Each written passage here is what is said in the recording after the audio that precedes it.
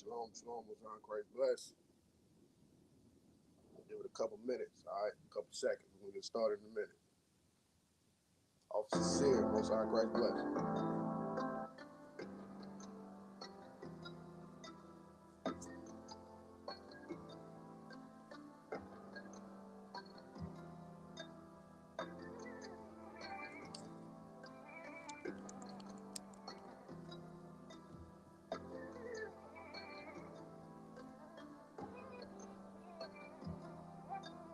Rain, rain,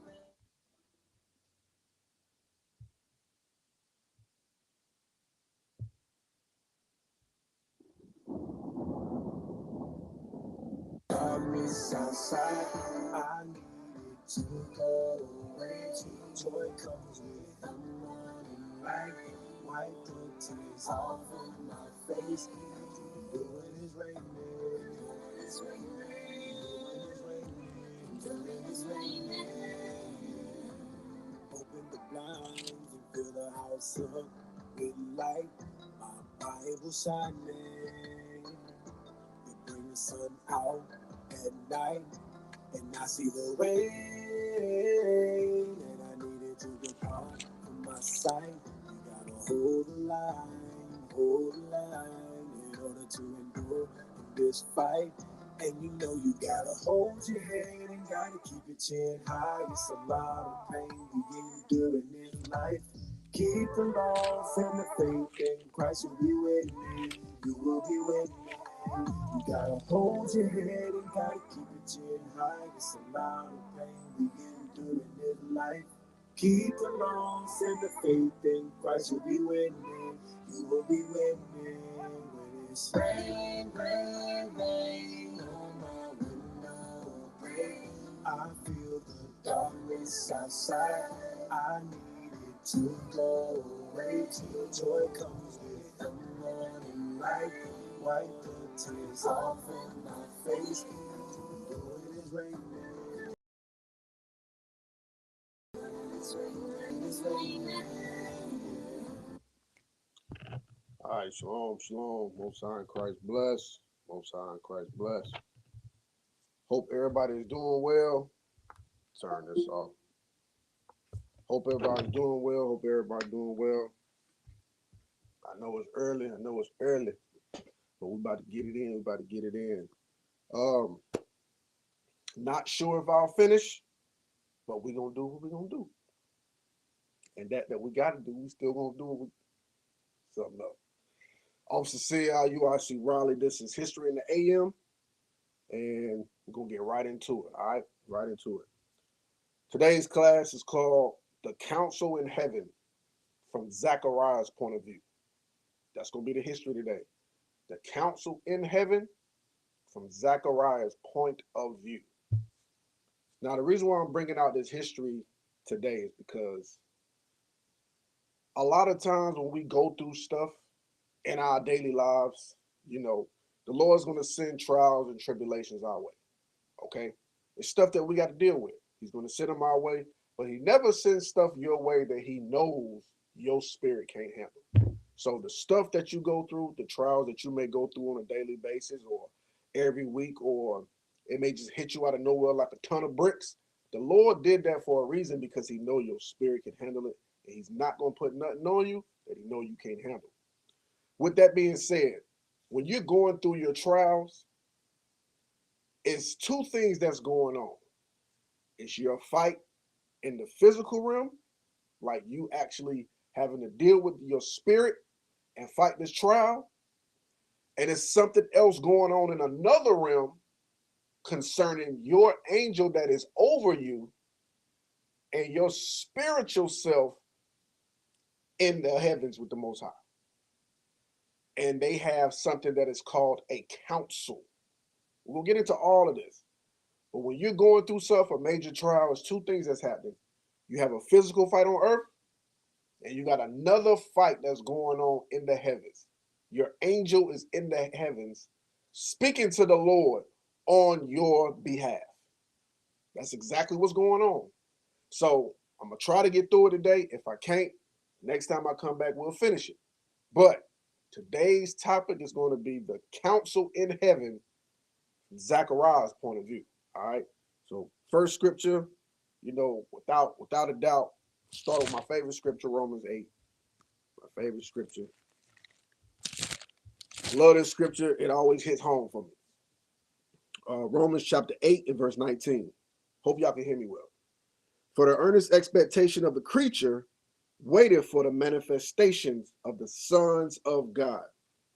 The earnest expectation of the creature, meaning everything on this earth, from the trees to the atmosphere, to the water, to the fishes that's in the water, to the birds that's in the air, to the trees, to the grass, to the ground, to the animals, to the brothers and sisters, everything on this planet earth is waiting for the manifestation of the sons of God. They are waiting for us to wake up and get ourselves together, because once we do that and we begin to rise up and we get out of captivity, they or it will get out of captivity too.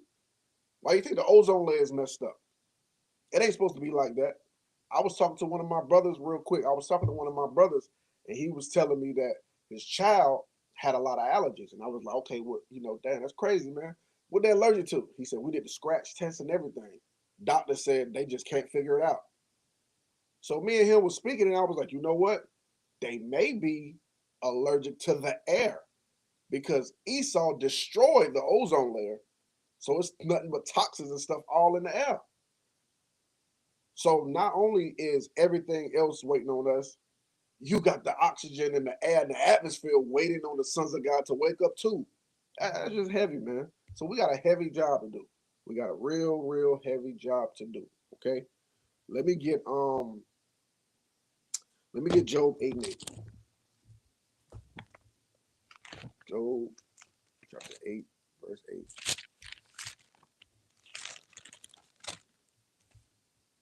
Make sure my stuff is off. Yeah, I'm good.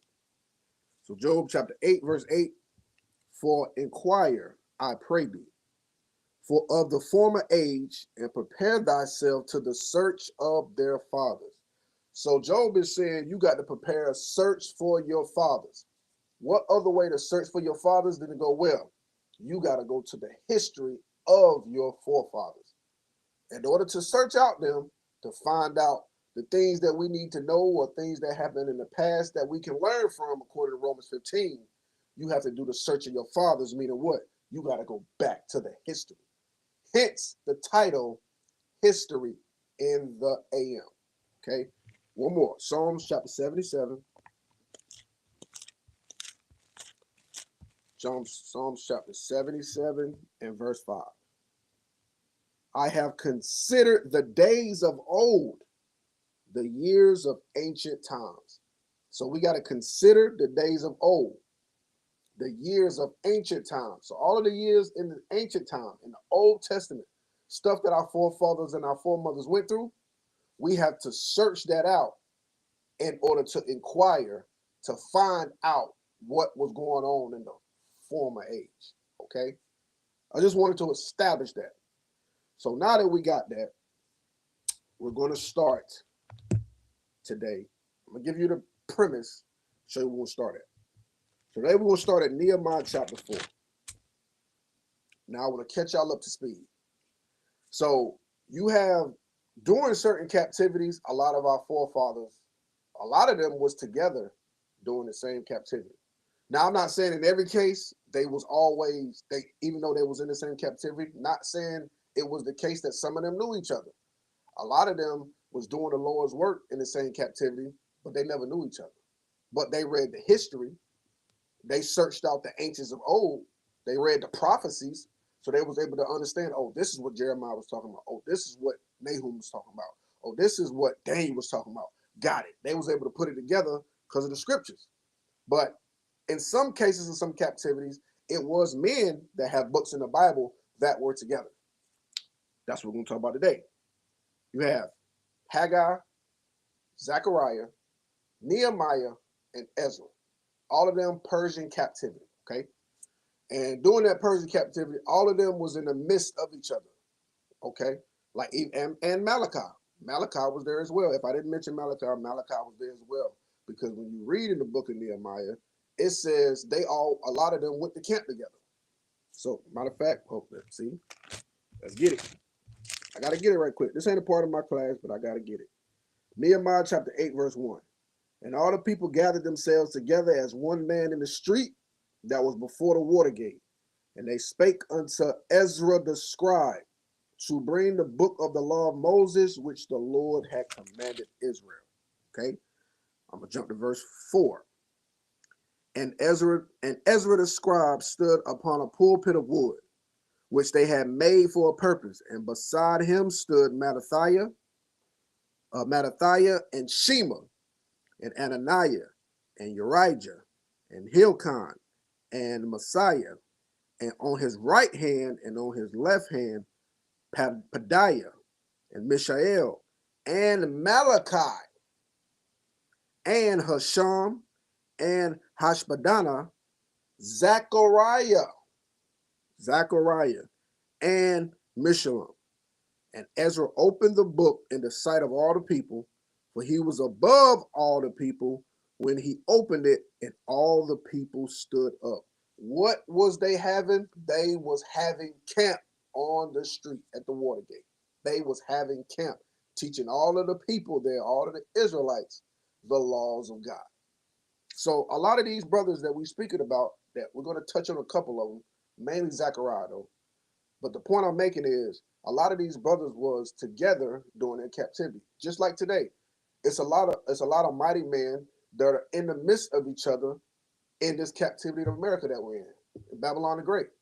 And it's going to be times where it may be brothers that's in states hours and hours and hours, or countries hours and hours away, that we won't be able to see on a daily basis.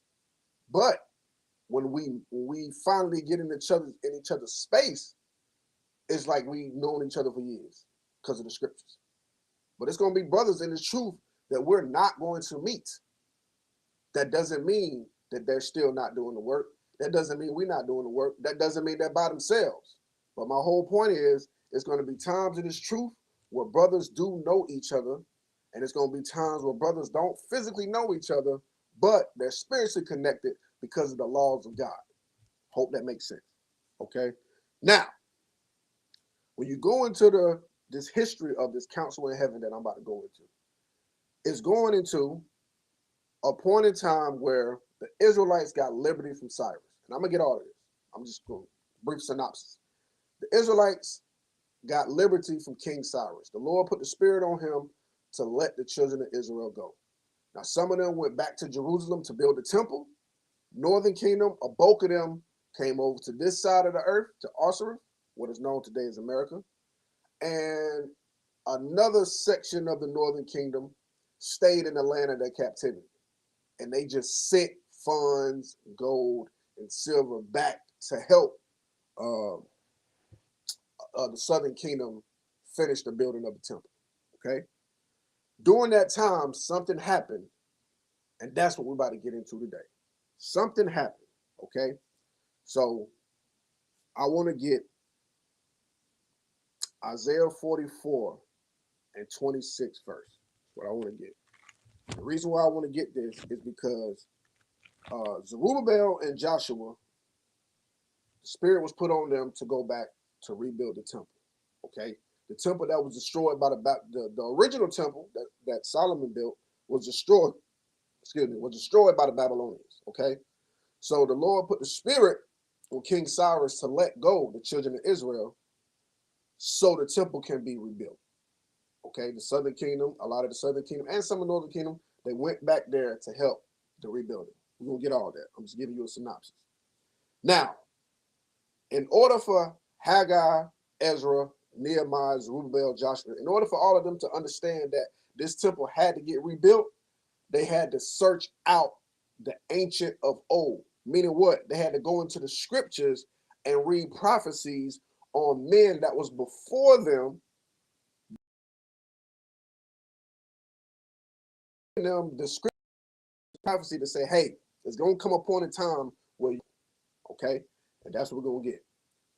Isaiah chapter 44 And I'm going to start at verse 26. That confirmeth the word of his servant, and performeth the counsel of his messengers, that saith to Jerusalem, thou shalt be inhabited, and to the cities of Judah, ye shall be built, and I will raise up the decayed places thereof. So this is a prophecy that Ezra is given for the men in the future that's going to get raised up to be the ones to rebuild this temple. This is the prophecy right here. Well, in order for Haggai, Joshua, Zerubbabel, and Nehemiah, and Ezra, and all of them to know that we have to get this, we have to put the spirit out there for the king to let us go so we can go back and rebuild this temple. They got that from the scriptures that they was reading. It was already there. They just had to go into it, search the ancient of old to bring forth this prophecy. Verse 27. So in verse 26, when it said, you shall be built because of the decayed places thereof. What was decayed? When our temple was destroyed, that whole city, that whole area was destroyed. It was decayed because of the destruction of the Babylonians. When they came in there, destroyed our temple, took all our gold, our silver, our pots, our pans, everything, took everything, and left our cities decayed. Verse 27. That saith to the deep, be dry, and I will dry up thy rivers. That saith Osiris, he is my shepherd. Now the Lord called King Cyrus his shepherd. Don't get it twisted. This ain't the Lord taking away his covenant and his promises away from Israel and giving it to another nation. This ain't the case. We're gonna get that too. I'm gonna get the proof, but that ain't the case. So don't get jumpy. And shall perform all my pleasure, even saying to Jerusalem, thou shalt be built, and to the temple thy foundation shall be laid. Well, who laid the foundation and was in the process of rebuilding the temple? Joshua and Zerubbabel. And you had Nehemiah that got liberty as well. If I got time, I'll get into that part. But you got Nehemiah that got liberty as well from the king. Matter of fact, let's get it. Let's get it. One thing I'm not going to do is talk. We're going to do it. Nehemiah chapter 2 and verse 4. Then the king said unto me, for what doest thou make request? Because Nehemiah was during the Persian captivity under Xerxes the first. And Nehemiah's job, he was the cupbearer of Xerxes. So if you ever seen the movie 300, if you look closely into the back, you're going to see somebody holding a cup. You know what I'm saying? Holding a cup. Now, in the movie, of course, they don't know that's Nehemiah. When you read the scriptures and then you start reading movies, shout out to AOG, you can begin to decipher stuff, giving a spiritual objection to it. You be like, oh, see that cup right there? Yeah, that's an Edomite playing his role, but that's a black man right there. That's Nehemiah. You'll be able to put it together. That's why I said shout out to AOG. But it says, then the king said unto me, for what doest thou make a request? So I prayed to the God of heaven. So Nehemiah prayed to the Lord for favor in the sight of the king, and the king was able to let Nehemiah go back to Jerusalem to help build the temple. Now, when Nehemiah went to build up the walls and the cities, because it was burnt cities and all of that stuff. So he was there to build up the cities, restore all of the burnt homes and the walls and stuff like that. That was Nehemiah. He was the one that was, the foundation being laid. So that prophecy was fulfilled, right? Now we're going to go back to Isaiah. This time we're going to go to 45. And I ain't forgot the thought. Remember, I'm getting you up to speed because there was a council in heaven that we're going to talk about. Lord's will we finish. And it's going to be from Zechariah's point of view. Okay? Isaiah chapter 45, verse 1. Thus saith the Lord to his anointed, to Cyrus, whose right hand I have holden, to subdue nations before him, and I will loose the loins of kings, to open before him the two lead gates, and the gates shall not be shut. So he put the spirit on King Cyrus to let go of the children of Israel so that a prophecy can come forth, so they can be able to have the liberty to rebuild the temple. That was the point. Now, the Lord didn't put the spirit on King Cyrus because he was trying to save King Cyrus. That ain't happened. He put the spirit on him to let the children of Israel go so the temple, the second temple, can be rebuilt. Now, will it look like the one that Solomon did? No. But it's going to be, the measurements and everything is going to be as close as possible. And I'm going to get that too. But we're going to stay here. Isaiah chapter 10. I got to prove that. Isaiah chapter 10 and verse 5. Let's see if y'all can pick up what we're putting down. O Assyrian, the rod of mine anger and the staff in their hand is mine indignation. I will send him against a hypocritical nation and against the people of my wrath.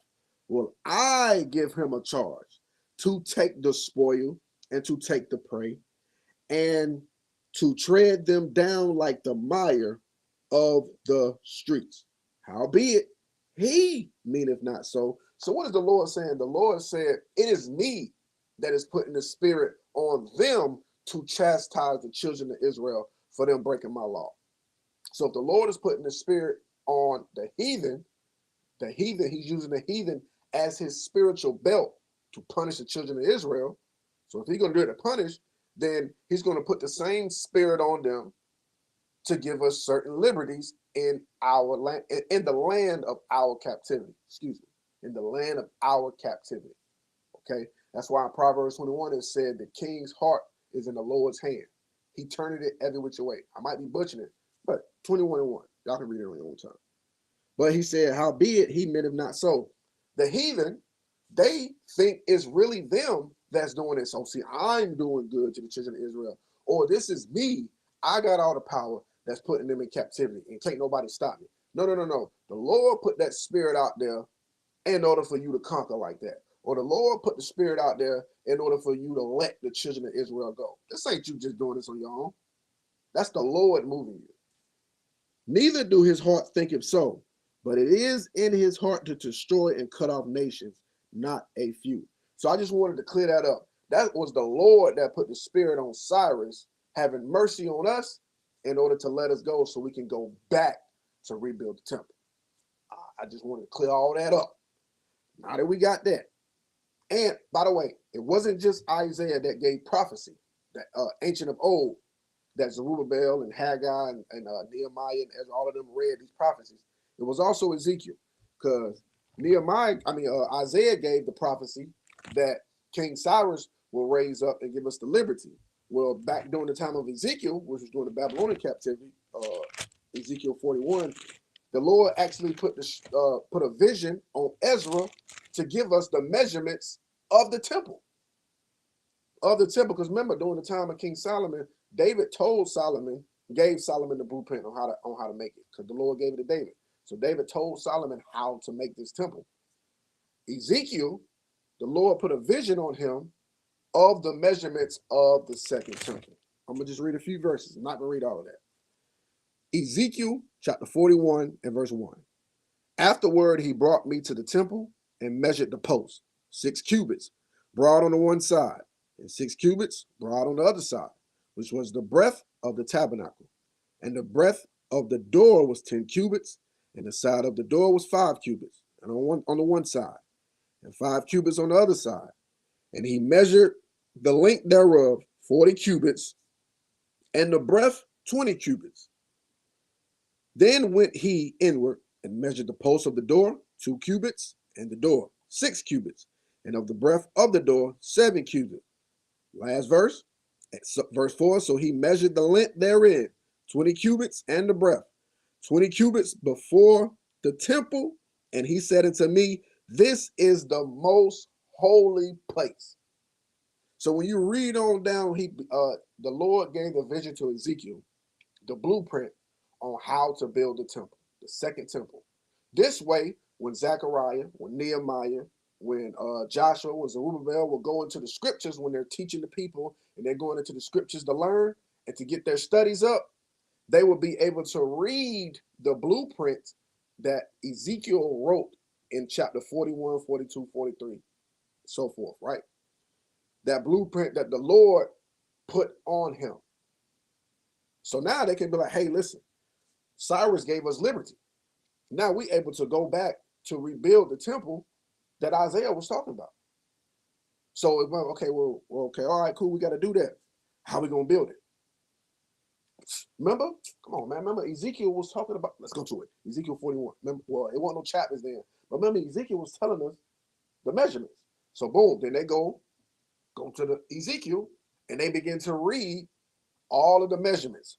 So the Bible, the book of Ezekiel, that book was their blueprint to rebuild the second temple. So they had to, just the same way we're doing history, to find out what happened, who built what, how did they have the plans. Our forefathers went into their history and did the same thing. It all lines up. So now that we're all up to speed, now go to what I want. Now go to Nehemiah chapter 4. Now go to Nehemiah chapter 4. Is that what I want? Nehemiah chapter 4. Do I want to start there? No. I want to start at Ezra chapter 4. That's where I want to start.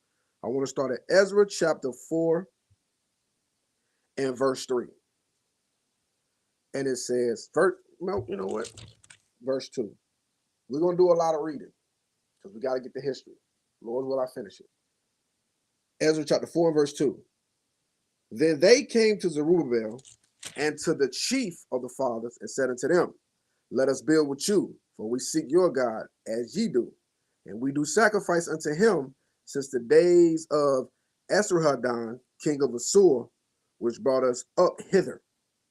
Now, it was some heathens that came to us because they seen us building up the temple. They seen us laying the foundation. They seen us raising up the decayed state of the city, all of the burnt homes and everything that happened during the time of Babylon. Well, it was some heathens that came up, seen us building, and they tried to come and get in the midst of that.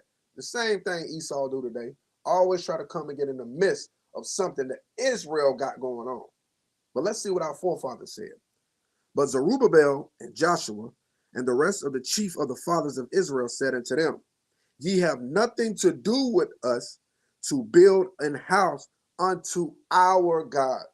That's why in that movie Malcolm X, when the Edomite lady came up to Denzel Washington, Malcolm X, and she was like, hey, I respect what the Black Panthers are doing. I like your movement. I like this. I like that. I work like this. So anything you want to do as far as newspapers, this, that, and the third, I can really be an asset because I'm really up to what you're doing. So with me being a white woman, is there anything that I can do to help you? Malcolm X let her do all that talking. He looked her right in the face. No. And walked off. You don't have nothing to do with what we are building for our God. It has nothing to do with you. But Esau always trying to insert themselves into something that we got going on because they know once we begin to rise, their kingdom begins to fall. I just want to throw that out there.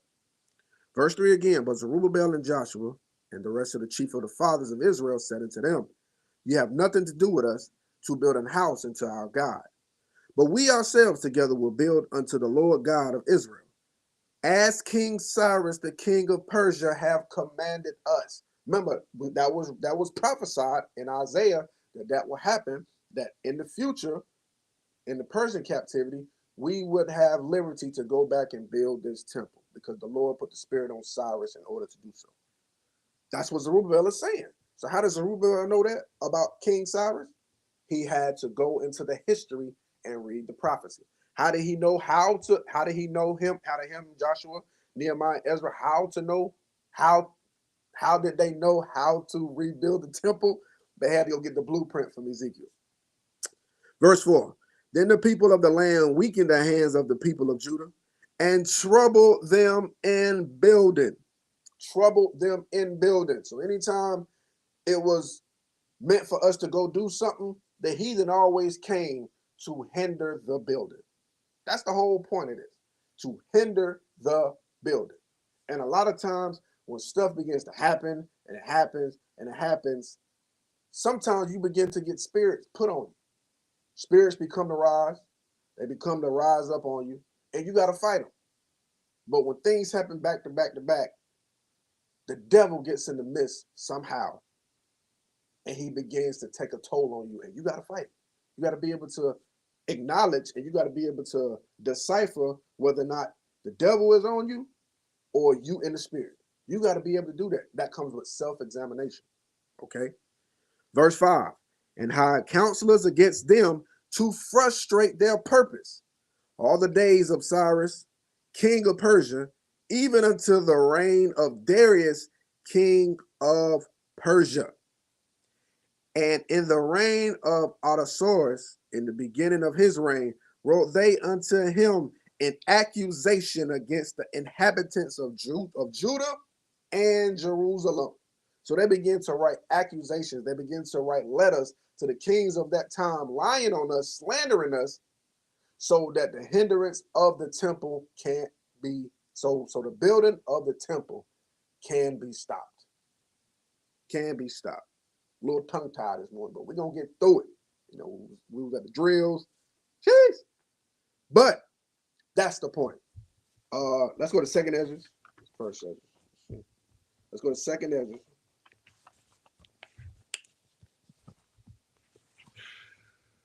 Second Ezra. And what verse I want? Second Ezra. Is that what I want?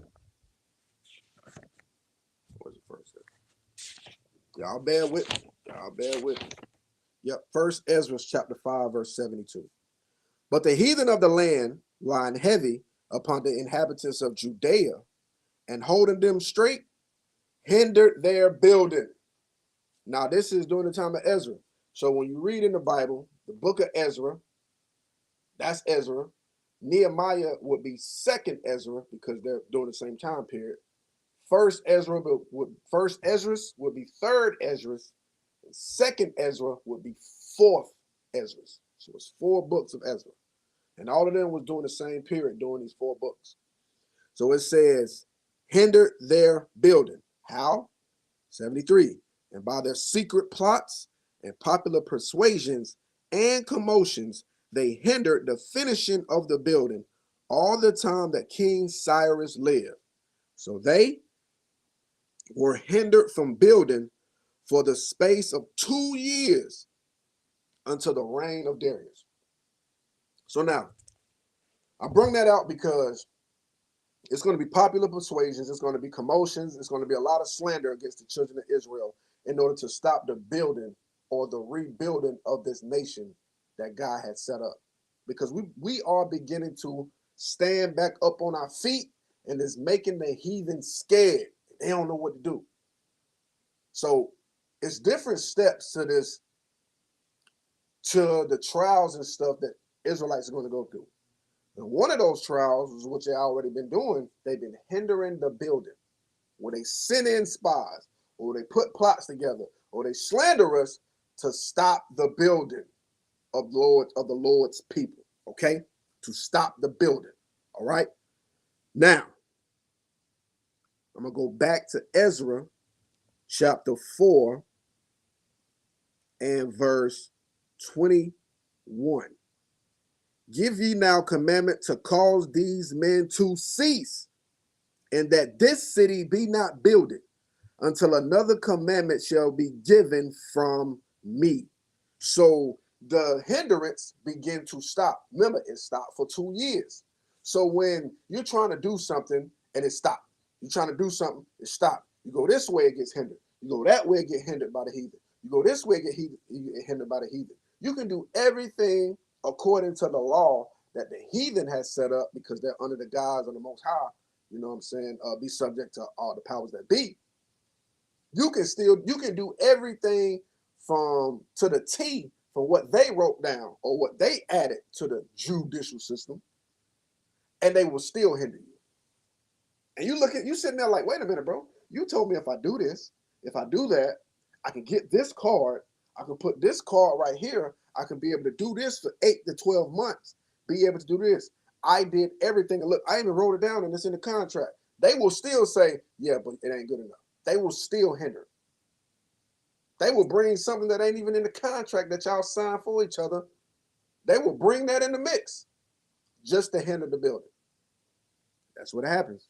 But once that begins to happen, I mentioned earlier that you got to self-examine, because if stuff keeps happening and happening and happening, what's going to begin to come on you? Spirits. And your mind gonna want to tell you more than 7 watchmen. That's what it's gonna do. That's in the book of Sirach. Do I want to get that? I don't know if I got time. Let's see. Do I want to get that? Let's see. 7 watchmen. Now I'll come back to it later. I'll come back to it. I ain't write that down. I'll come back to it. Anyway, okay. Your mind will begin to tell you that, right? So now, let's get into it. So now, we gonna read. Now let's go to stay in Ezra. We're going to go to Ezra chapter 1 and verse 8. Says, even those did Cyrus king of Persia bring forth by the hand of Mithridate the treasurer, and numbered them unto Sheshbazzar the prince of Judah. Sheshbazzar the prince of Judah. Now, who is Sheshbazzar? Who is Sheshbazzar, the prince of Judah? We're going to go to 1 Ezra chapter 6. Let's see who this was. In verse 17. 1 Ezra chapter 6 and verse 17. But in the first year that King Cyrus reigned over the country of Babylon, Cyrus the king wrote to build up this house, and the holy vessels of gold and of silver that Nebuchadnezzar had carried away out of the house at Jerusalem. Remember, that was Nebuchadnezzar destroying the house, the first temple that was built, and had set them in his own temple. Those Cyrus the king brought forth again out of the temple at Babylon, and they were delivered to Zerubbabel and to Sansabaris the ruler. Sansabaris the ruler. I don't know about y'all, but I got an annotation in the middle of my Bible. It says Zerubbabel, which is also Sansabaris. Sansabaris. There you go. Sansabaris. So Zerubbabel is Sansabaris or Sheshbazzar. It's the same person. First Ezra chapter 2 and verse 1. I want to jump to the point. I'm gonna read verse 1 and I'm gonna jump. First Ezra chapter 2, verse 1. In the first year of Cyrus, king of the Persians, that the word of the Lord might be accomplished, that he had promised by the mouth of Jeremiah. We're gonna jump to verse 11. Now, when Cyrus, king of the Persians, had brought them forth, he delivered them to Mithridates, same person, his treasurer, and by him they were delivered to Sansabazzar or Sheshbazzar, the governor of Judea, which is Zerubbabel. Okay, that's Sheshbazzar. That's Zerubbabel. I wanted to clear that up first. All right. So it came to Sheshbazzar, which was Zerubbabel. All right. Just want to clear that up. Now, Ezra chapter 5 and verse 14. And the vessels also of gold and of silver and of the house of God, which Nebuchadnezzar took out of the temple that was in Jerusalem, and brought them into the temple of Babylon. Those did Cyrus king take out of the temple of Babylon, and they were delivered unto one, whose name was Sheshbazzar. That's why I went there. Sheshbazzar or Sansabaris is Zerubbabel. So I wanted to go ahead and make that clear. Sheshbazzar, Zerubbabel, whom he had made governor, and said unto him, take these vessels,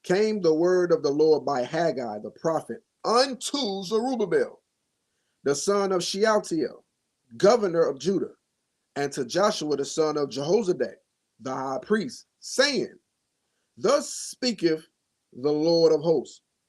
Now, when it came to him, this would go back to Ezra chapter 5. You can read that on your own time. This history, verses 1 and 2, will go back to Ezra chapter 5. But we ain't got time to do that. Verse 2. Well, verse 1. But we're going to read verse 2. Thus speaketh the Lord of hosts, saying, These people say, the time is not come, the time that the Lord's house should be built. Wait a minute. So when the building kept being hindered, Joshua and Zerubbabel, spirits begin to come onto them to say stuff like, well, you know what? Every time we try to build this temple, it gets stopped. We try to build it, it gets stopped. We try to build, it gets stopped. You know what? We got to think. The Lord just don't want us to build this right now. Yeah, that's it. So they stopped. Your mind gonna want to tell you more than a lot of watchmen. 7 watchmen. But it says, the people say the time has not come. Well, we keep getting stopped. We keep getting hindered from doing the work. That means the Lord don't want us to do this. That ain't what the Lord was saying. Trials and tribulation is going to come. You're supposed to fight through it. But Zerubbabel and Joshua, they begin to get spirits on them to say, maybe the Lord just don't want us to build this house. And they stopped building the Lord's house to focus on their own stuff. So the Lord had to put the spirit on Haggai and Zechariah to go speak with them, to rile up their spirits, to give them the motivation that they needed to continue to build the Lord's temple, to continue to build the Lord's house. But a lot of times our mind starts wandering and we begin to say stuff like, because we're going through trials, we begin to say stuff like, you know what? The Lord just don't want me to do this. Why wouldn't the Lord want you to rebuild his house on earth? Because we need a temple. We needed a temple. You got the wait a minute. So you mean to tell me the Lord put the spirit on King Cyrus to give you the liberty so you can go back, so you can rebuild the temple, rebuild the decayed cities, rebuild the walls, all of this. He gave you all of this liberty to do this. After Nehemiah had prayed for it, he'll give you all of this liberty to go back to do that because it was prophesied. Only for you to say, you know what? I know he did all of that, but this he just don't want us to finish. That ain't the case. That wasn't the case. So Zerubbabel and Joshua began to have spirits on them and to stop the building. Verse 3. Then came the word of the Lord by Haggai the prophet, saying, It is time for you, O ye. It said, Is it time for you, O ye, to dwell in your sealed houses, and this house lie waste? Is it time for you, Zerubbabel and Joshua, to lay in your sealed houses, to get yourself together, to get your stuff on point, and the Lord's house cease? Is that what time this is? Is this what Haggai coming to you saying? And you got to think, Zerubbabel and Joshua, as we read on and get more into it, they was like, hey, you know what, you're right. But you got to think, what made Haggai do that? When you read up, it said, Then spaketh the Lord of hosts. So the Lord put the spirit out there on one of Haggai's angels to tell Haggai, go and talk to Joshua and Zerubbabel and tell them this. That's what happened. The Lord told Haggai to do that. The Lord had to intervene because of the account that was sent up from your angel about you stopping the building on earth. So the Lord had to put something in place, mercy, and have another brother reach out to you to tell you that you're messing up. It's the same thing that happened today. So he said, you're going to build up your houses, but let the Lord's house go to waste. Verse 5, Now therefore, thus saith the Lord of hosts, consider your ways. That's what we have to do. We have to consider. Verse 6, Ye have sown much and bring in little. Ye eat, but ye have not enough. Ye drink, but ye are not filled with drink. Ye clothe you, but there is none warm. And he that earneth wages to put in a bag with holes. Meaning what? Because you're going to stop the building of the Lord, because of whatever the heathen trying to do, because you're doing that, and you're going to continue to build of your own homes or your own house, everything that you try to put forth, I'm going to make sure it don't succeed. That's what the Lord's saying. Because so when you don't self-examine, when you're going through a trial and you're not trying to fight through it, you're trying to circumvent that and go another route. Everything that you try to do after that or around what the Lord wants you to go through, everything you try to do around that, it won't prosper. That's why he said you got a bag with holes. No matter what you bring in, you can do all of this, no matter what you bring in, it ain't going to prosper to nothing. Because you are not taking into account what the Lord wants you to do. You only worried about what's best for you. That's what was going on with Joshua and Zerubbabel. They began to get spirits on them. Verse 7. Thus saith the Lord of hosts, consider your ways. Jump down to verse 10. Therefore the heaven over you is stayed from dew, and the earth is stayed from her fruit. And I call for a drought upon the land and upon the mountains, and upon the corn, and upon the new wine, and upon the oil, and upon that which the ground bringeth forth, and upon men, and upon cattle, and upon all the labors of the hands. So the Lord is saying, since y'all trying to use everything that I had here set up spiritually and physically, all this oil, this wine, this corn, all this stuff, for you to, this to be for you to assist you to rebuild this temple, but you want to use it to build up your own personal sealed houses, I'm going to stop all that. So the Lord sent a dew, a famine. He sent all that to the land to stop that. I'm going to stop this until you do what I tell you to do. That's what the Lord did. Now, verse 14. And the Lord stirred up the spirit of Zerubbabel, the son of Shealtiel, governor of Judah, and the spirit of Joshua, the son of Jehozadak, the high priest, and the spirit of all the remnant of the people, and they came and did work in the house of the Lord of hosts, their God. So it came upon a time where Haggai and Zechariah did get the spirit put back on Joshua and Zerubbabel to go back to finish the building of the temple. But yes, all of that happened on the surface level, but what happened in the spiritual realm is the question. Because Haggai, and we're about to get into Zechariah now, it didn't just come to them out of nowhere. They just, Joshua, Zerubbabel, we're gonna talk to them. No, that didn't just happen. The spirit got put on them by the Lord to go do that. So what had to happen, something had to happen for the Lord to do that, is my point. For the Lord to put the spirit out there, things, order, and structure is set up even in the heavens for things to happen on this earth or in this realm. Okay, hope that made sense. So now we was just in the 6th month. Okay, that's what we was in.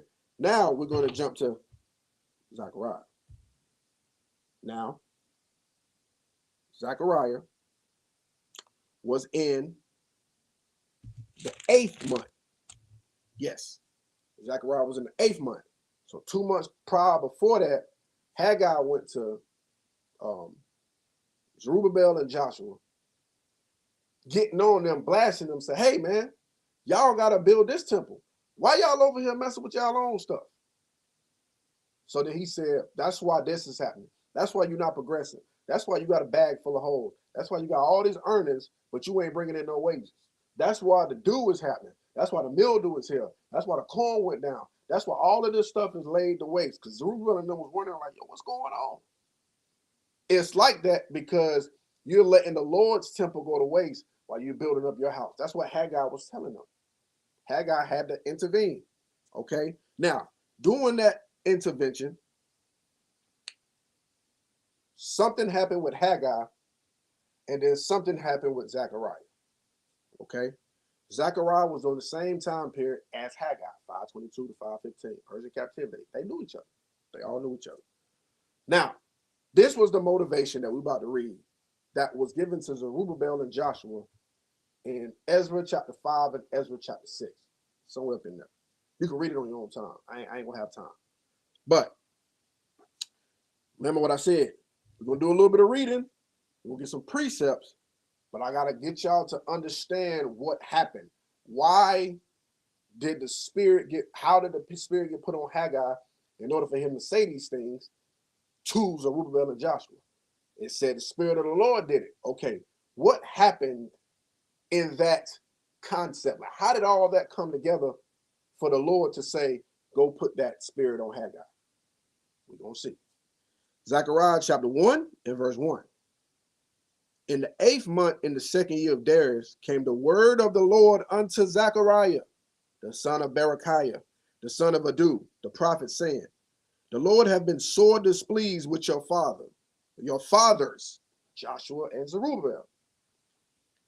Therefore say thou unto them, thus saith the Lord of hosts, turn ye unto me, saith the Lord of hosts, and I will turn unto you, saith the Lord of hosts. Be not as your fathers, unto whom the former prophets have cried, saying, thus saith the Lord of hosts, turn ye now from your evil ways and from your evil doings. But they did not hear, nor hearken unto me, saith the Lord. Your fathers, where are they? And the prophets, do they live forever? No, they don't. They don't live forever, because all of us is going to die at one point in time. Now, was there people that was translated? Absolutely. But we're going to die all at one point in time. Verse 6. So the Lord is telling Zechariah, go unto them and tell them this. This is what I want you to go tell them. But my words and my statutes, which I command my servants, the prophets, did they not take hold of your fathers? And they returned and said, like as the Lord of hosts thought to do unto us, according to our ways, and according to our doings, so have he dealt with us. So everything that we do, whether it be good or whether it be bad, the Lord is going to deal with us as such. Okay? The Lord is going to deal with us as such. I'm going to go to Jeremiah chapter 6 and verse 19. Jeremiah chapter 6, verse 19. How much time I got? Oh. All right. Hear, O earth, behold, I will bring evil upon this people, children of Israel, even the fruit of their thoughts, because they have not hearkened unto my words, nor to my law, but rejected it. So the Lord will bring evil fruit to their thoughts, and their thoughts will make them say, you know what? The Lord don't want us to finish his temple, even though he gave us liberty by Cyrus, and Nehemiah prayed for us to do this, and we was able to go back and get out of captivity, and he put the spirit on all our brothers to send us gold and silver and all this other stuff to help us rebuild. It's getting hindered. He don't want us to do it. So let's worry about our own stuff. Evil fruits to their thoughts. That's what happened. Back to Zechariah, chapter 1, and now we're going to jump to verse 12.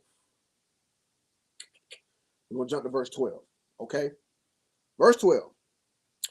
Then the angel of the Lord answered and said, O Lord of hosts, how long wilt thou not have mercy on Jerusalem and on the cities of Judah, against which thou hast had indignation these 70 years? 70 years. 70 years. That's something, but we'll get it later, another time. Verse 13, and the Lord answered the angel that talked with me with good words and comfortable words. So, verse 14, so the angel that communed with me said unto me, wait a minute. So the angel which communed to Zechariah. So what's going on? So Zechariah seen a vision of an angel speaking to the Lord on behalf of the children of Israel. So this is a conversation between an angel and the Lord in heaven. And if time permit, I think we'll be able to get it. I got about 30 more minutes. I think we'll be able to get it. So this is a conversation in heaven that the angel was having with the Lord. They're having a council. So the angel said in verse 12, then the angel of the Lord answered and said, O Lord of hosts, how long wilt thou not have mercy on Jerusalem and on the cities of Judah, against which thou hast had indignation for in a year. So Zechariah is seeing this vision of the angel speaking to the Lord. Okay. So the angel that communed with me said unto me, cry thou saying, thus saith the Lord of hosts, I am jealous for Jerusalem and for Zion with a great jealousy. And I am very sore displeased with the heathen that are at ease, for I was but a little displeased, and they helped forward the affliction. Because that's exactly what Esau does. That's exactly what the heathen does. When we are in captivity, Esau and the other nations take full advantage of that, and they make our captivity worse. Because they enjoy when we in captivity. They can't get to the Father. So now they're in the midst of sin, like Judah 5 says. So that's the only way we can get to them. Now that they're in the midst of sin, let's go full force on them with idolatry, with all the hindrance. Anything that we can do to make their captivity worse, let's do it. Esau always been like that. The heathens always been like that. The Lord said they helped forward the affliction. But this is the conversation that is being had in heaven. Verse 16, therefore thus saith the Lord, I am returned to Jerusalem with mercies. My house shall be built in it, saith the Lord of hosts. A line shall be stretched forth upon Jerusalem. So the Lord sent mercies to Jerusalem to continue the building of his temple.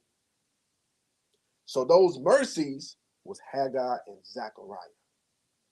That's who it was. Now, we're going to jump to verse 18. Verse 18. Matter of fact, let's get that.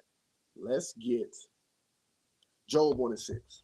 Let's get that. Job 1 and 6. Job chapter 1 and verse 6. Now, there was a day when the sons of God came to present themselves before the Lord, and Satan came also among them. Oh, wait. This is so heavy.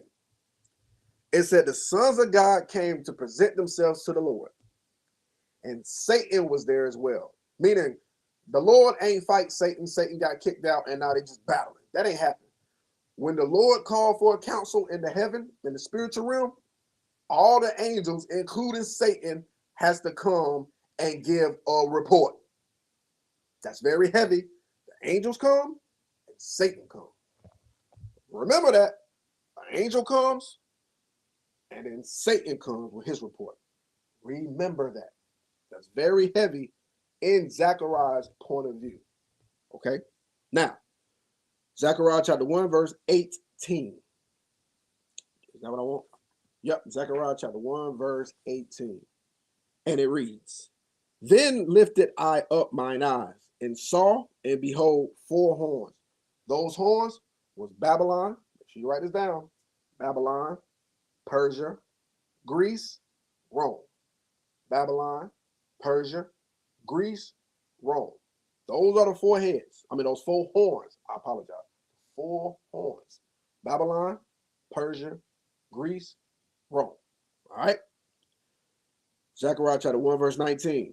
And I said unto the angel that talked with me, what be these? And he answered me. These are the horns which have scattered Judah, Israel, and Jerusalem. So these are the horns which scattered the children of Israel into captivity. Babylon, Persia, Greece, Rome. Those are the 4 horns. This is what Zechariah is seeing in this vision. So Zechariah is seeing an angel talking to the Lord, and the angel was going to the Lord saying, hey, listen, Lord, I just want to know how long is this going to last. He's not checking the Lord. Hell no. What he's doing is he's just inquiring, hey, Lord, how long are we going to let this go on? Because, they're down there getting decayed still, and they begin to lose hope. So he's bringing up a report about somebody. Okay? Now, Zechariah chapter 3. Here we go. Now, before we get Zechariah chapter 3, because that's the point of this whole thing. 1 Kings chapter 22, verse 18.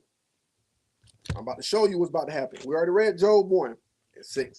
Well, remember, the angels, the sons of God, presented themselves to the Lord. And who else came? Satan presented himself.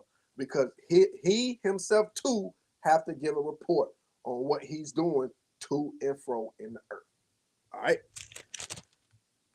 Oh, 1 Kings chapter 22, verse 18. And the king of Israel said unto Jehoshaphat, did I not tell thee that he would prophesy no good concerning me, but evil? And he said, hear thou therefore the word of the Lord. I saw the Lord sitting on his throne, and all the hosts of heaven standing by him on his right hand and on his left.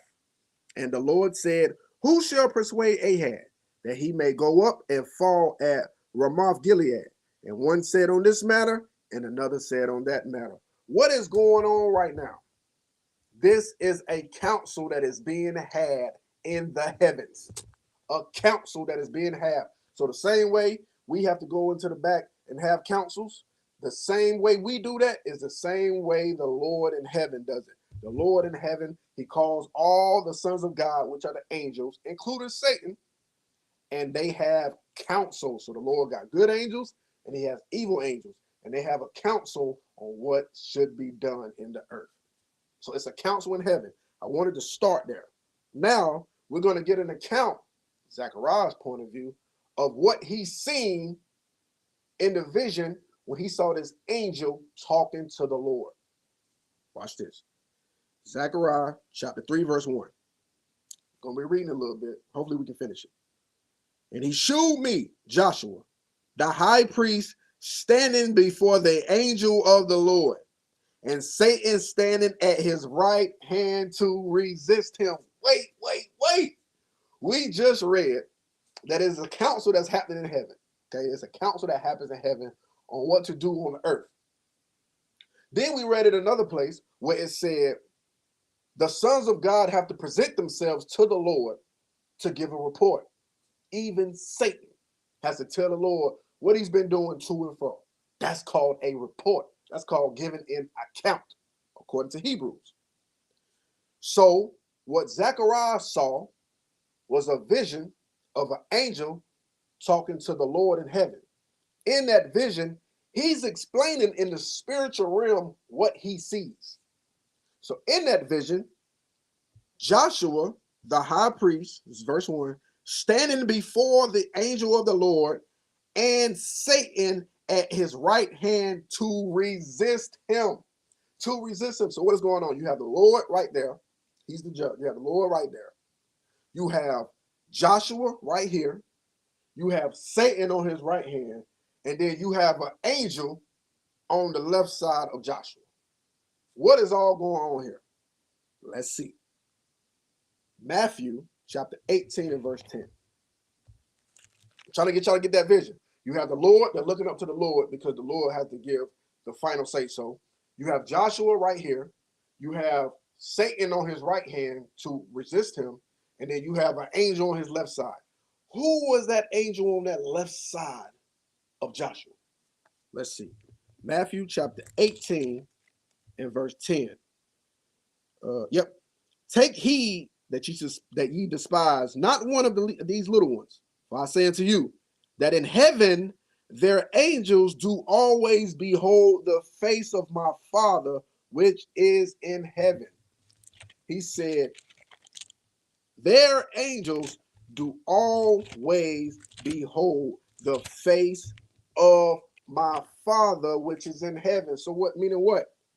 Whenever something goes on in the earth, everybody has an angel that writes down every word. I'm going to get it. I was about to get it just then, but I'm going to finish it. That writes down every idle word, everything that we do.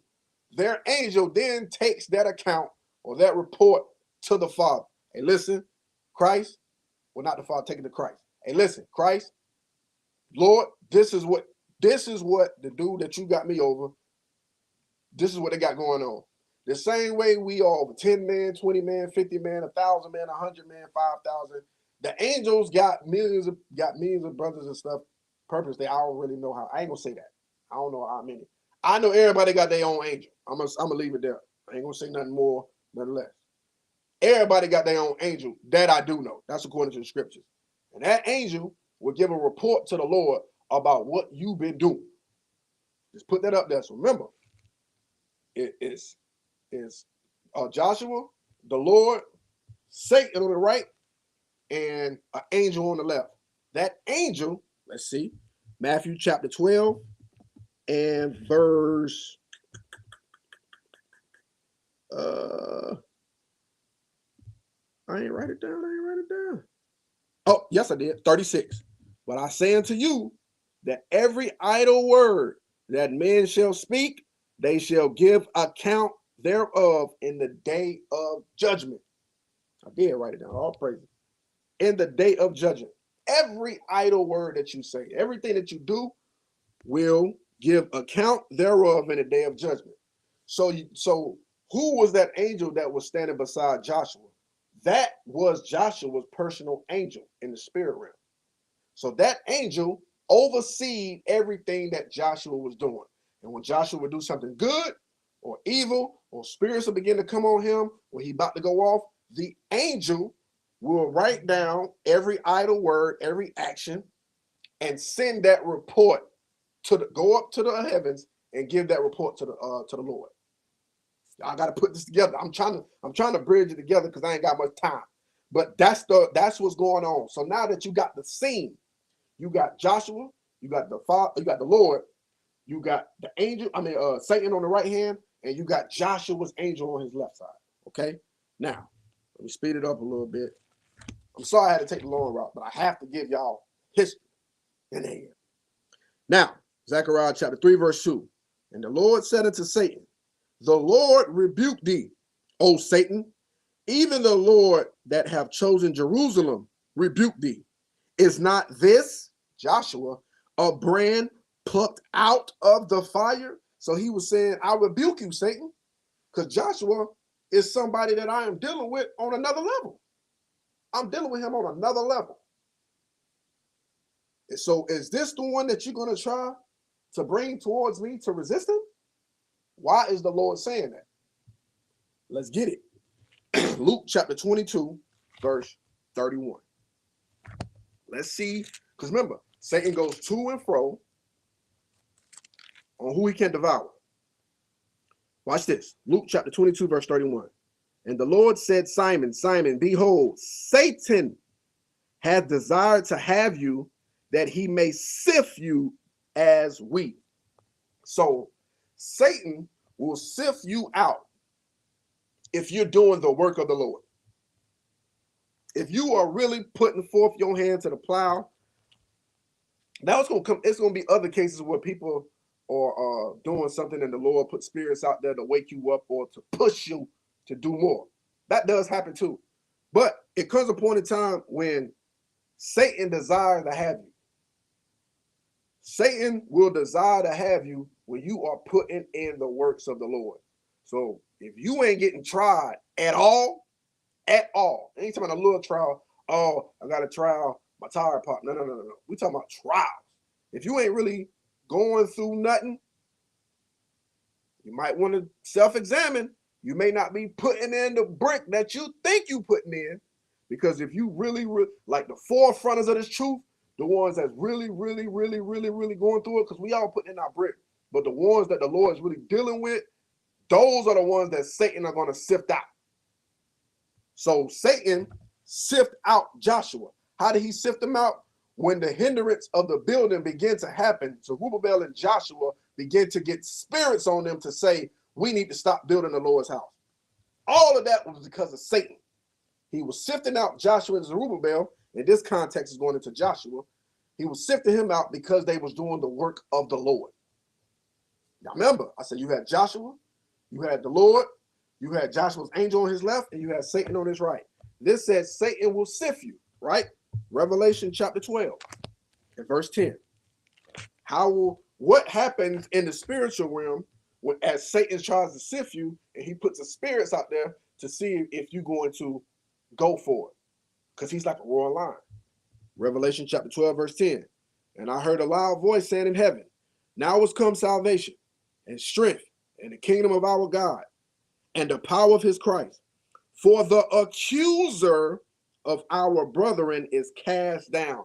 That accuser of our brethren, in the context that we're talking about, is going into Satan. Satan is the one that will accuse you to the Father in the spiritual realm. Like, hey, he doing this. Hey, he said he wanted to stop this building. I put the spirit out there, doing my job, and he went for it.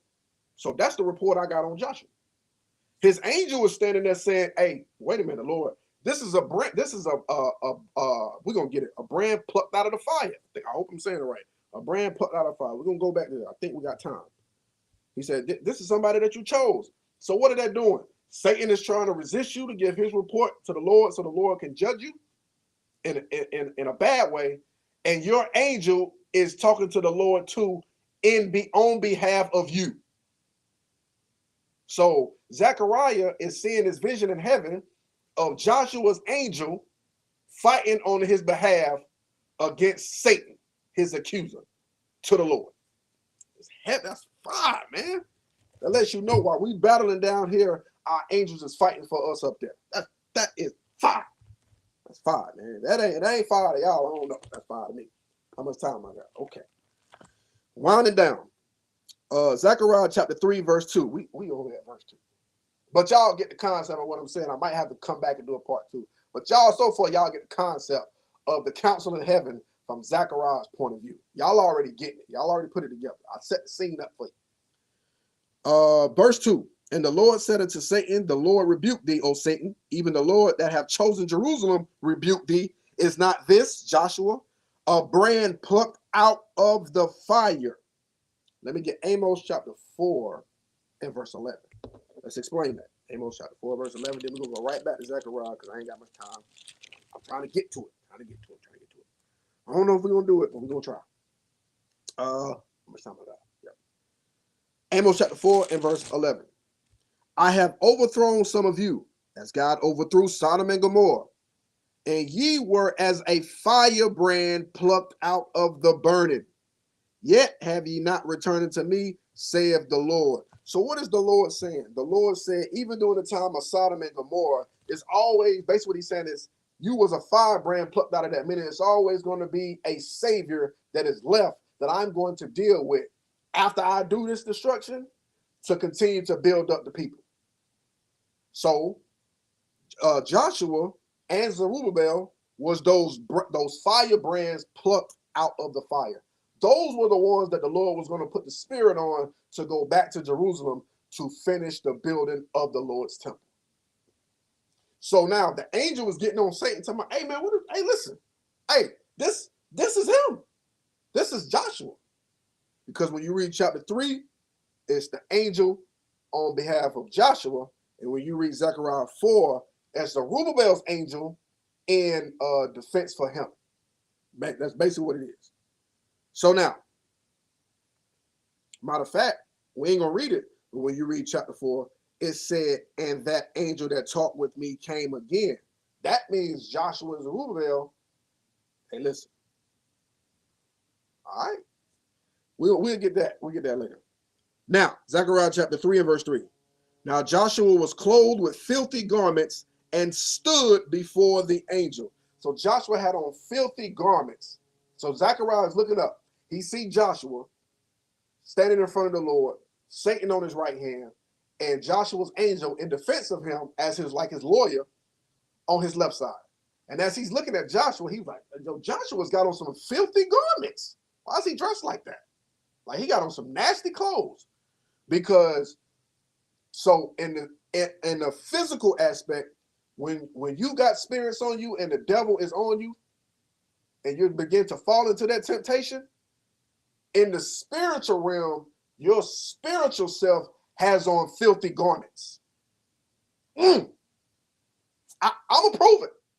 I'm gonna prove it. Give me Matthew chapter 22 and verse 11. Matthew chapter 22, verse 11. How much time I got? I ain't got much time. Matthew chapter 22, verse 11. And when the king came in to see the guests, he saw there a man which had not on a wedding garment. A wedding garment meaning your spiritual self ain't in no sin. I'm going to make it clear as that. If you ain't in sin, your spiritual self has on the royal garment. Psalms 132 and 9. I got to get it. Psalms 132 and 9. Psalms 132 and 9. Here we go. Psalms chapter 132 and verse 9. Let thy priests be clothed with righteousness, and let thy saints shout for joy. So your spiritual self in the realm is supposed to be clothed with righteousness. So when Zechariah looked up into the spirit world and seen Joshua standing before the Lord and them, and he had on filthy garments, that let Joshua know, okay, Joshua got some stuff. That let Zechariah know, okay, Joshua got some stuff going on. He got on filthy garments. So that means Joshua got some spirits on him that I gotta go deal with. Zechariah began to put it together. Oh, this is what my angel was telling me. The angel was telling me I gotta go and deal with Joshua because there's something going on with the temple, and he gotta finish it, and he ain't doing it. Boom, Lord, got you. An intervention had to happen in order for Zechariah and Haggai to know how to do that.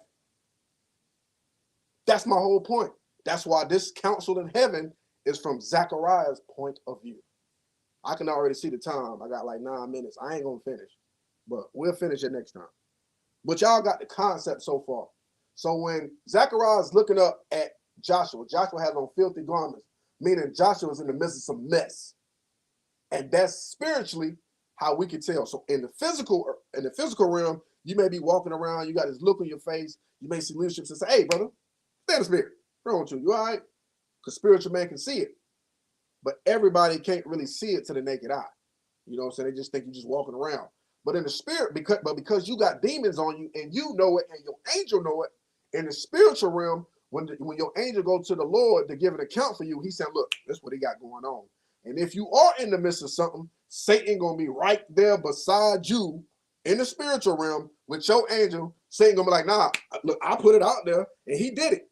He doing this, he doing that, he doing that.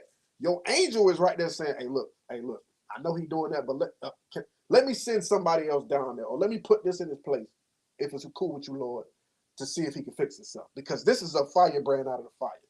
He's one of the chosen ones. Every last one of us should pray that our angel fight for us like that. Everybody should do that. But Zechariah chapter 3 and verse 4. So verse 3, Zechariah can tell that Joshua's got spirits on him and got the devil on him because his spiritual self has filthy garments on. He's not clothed with righteousness. And he answered and spake unto those that stood before him, saying, take away the filthy garments from him. And unto him he said, behold, I have caused thine iniquity to pass from thee. So he had iniquity on him because he stopped building the Lord's house and started working on his own. And I will clothe thee with change of raiment. So your raiment in the spiritual realm will begin to change once the Lord put the spirit out there to get that iniquity off of you. It will be changed to clothes of righteousness. So now when you know that vision comes back and he looks up there now Joshua he can see the spiritual being of Joshua in the heavens standing there clothed with the righteousness. See, he got himself together. Oh, praise, he got himself together. But when you are standing before the Lord in the spiritual realm, even though you're not physically dead yet, when you're standing in the spiritual realm, if you got on filthy garments, that means you're in the midst of some stuff on earth and you got to fix it. And your angel is there to help you. That's fine. That's fine, man. Hey, that's fine, bro. I'm sorry. Zechariah chapter 3, verse 5. How much time I got? Okay.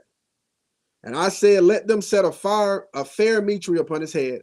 So they set a fair mitre upon his head and clothed him with garments. And the angel of the Lord stood by. They clothed Joshua with righteousness.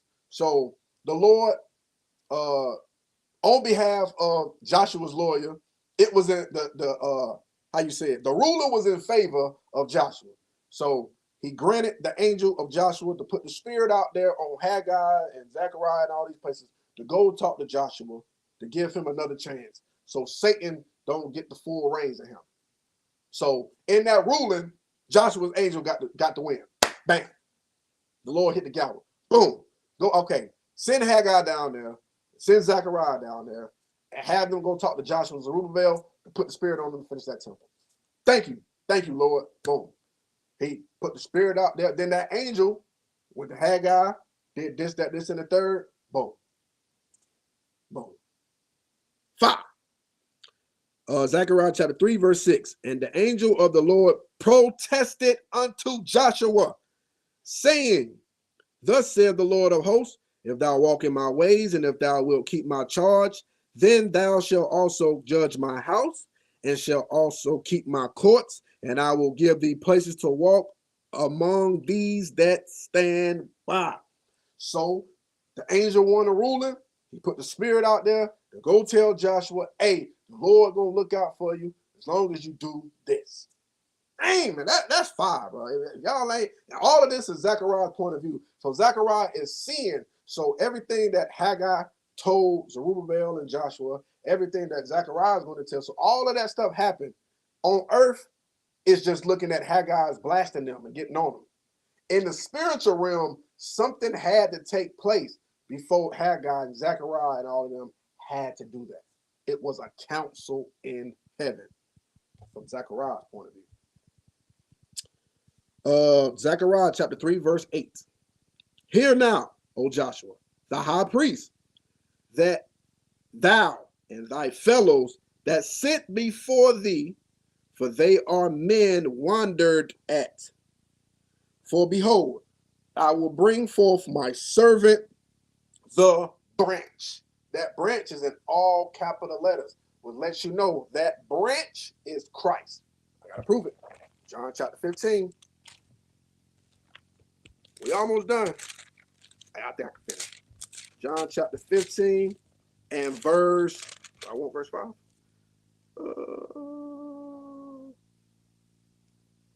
Verse 1. I am the true vine, and my Father is the husbandman. Every branch in me that beareth not the fruit, he taketh away. And every branch that beareth fruit, he purges it, that it may bring forth more fruit. So when you read in the scriptures, Christ is the root of David. Christ is that vine. He is that branch. We are the branches, but it's in lowercase. Christ is that branch. He is that vine, that root that us branches come from. Just like it said, ye are gods, little g, Christ is the big G. How much time I got? Okay. Zechariah chapter 3, verse 9. For behold, the stone that I have laid before Joshua, upon one stone shall be 7 eyes, behold. I will engrave the graving thereof, saith the Lord of hosts, and I will remove the iniquity of the land in one day. So when it says that stone that he laid before Joshua, what was that stone? Ephesians chapter 2 and verse 20. I got a couple minutes. Ephesians chapter 2 and verse 20.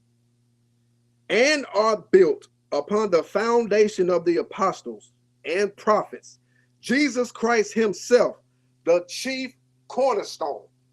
So Christ is that chief cornerstone.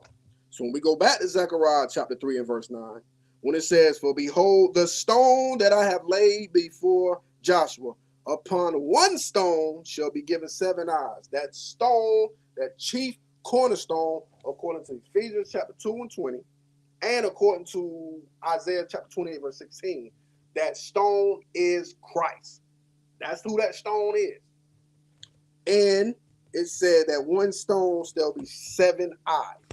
For Revelation chapter 5 and verse 6, those 7 eyes are the 7 spirits of the Lord. Those 7 angels that are over those 7 plagues in the book of Revelation. I ain't getting that. I'm just getting one point. Just to prove my point, because we almost done. Revelation chapter 5 and verse 6. And I beheld, and lo, in the midst of the throne and of the 4 beasts, and in the midst of the elders stood a lamb as it had been slain, having 7 horns and 7 eyes, which are the 7 spirits of God sent forth into all the earth. Those are the 7 angels that are in charge of the 7 plagues when you read the book of Revelation. Back to Zechariah, last verse. Back to Zechariah, last verse. Let's try to finish it. How much time I got? Yeah, okay. Zechariah chapter 3 and verse 10. In that day, saith the Lord of hosts, shall ye call every man his neighbor under the vine and under the fig tree. Now, this is a prophecy that in that day, you're going to have rulership over all the nations. When it says under the vine and under the fig tree, let's get that breakdown, and then I'm going to close it out. Micah chapter 4 and verse 4. Is that what I want? Yes. Micah chapter 4, verse 4.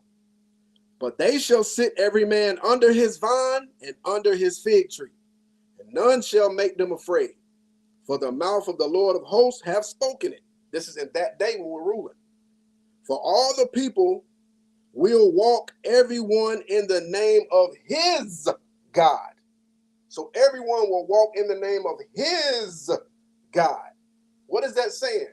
That means when we are in rulership, we are going to be the heathen's God. We are going to be their God. Ours will be Christ and the Father. We are going to be their God. That's why it says, for all the people will walk, everyone in the name of his God, and we will walk in the name, and we will walk in the name of the Lord, our God, forever. So the heathen is going to walk in the name of their God, and we are going to walk into the name of our God, which is the Lord and the Father. Last scripture, Luke chapter 19 and verse 16. What would that look like? And then I'm going to end it right there. Luke chapter 19 and verse 16. Then came the first, saying, Lord, thy pound have gained 10 pounds. And so at this point, the Lord gave us talents that he gave us that we had to utilize in this earth to bring forth the nation. Verse 17, and he said unto him, Well, thou good servant, because thou hast been faithful in a very little, have thou authority over 10 cities. 10 cities. So in that day, you are going to have authority over 10 cities. Some going to have 5, some going to have 8, some going to have 10 cities, because you did the work of the Lord. You took your talents that the Father gave you and you utilized them to push forth his truth. In that day, you are going to have cities that you are going to be in authoritative position over. And in that day, like it said in Michael, everybody will walk in the name of his God, and we will walk in the name of our Lord and our God forever. So, hey, that was the counsel in heaven from Zechariah's point of view. So anytime you are in the midst of something in this physical realm of this earth, the Lord, the angel, and Satan has a counsel about you in the heavens. And if you're in the midst of it, your spiritual self is going to be wearing them filthy garments. But if you ain't in nothing and Satan tried you and you was able to prevail, your spiritual self will be clothed in clothes of righteousness. Okay? And with that, History in the AM. My name is Officer Seer, IURC Raleigh. Most High in Christ. Bless.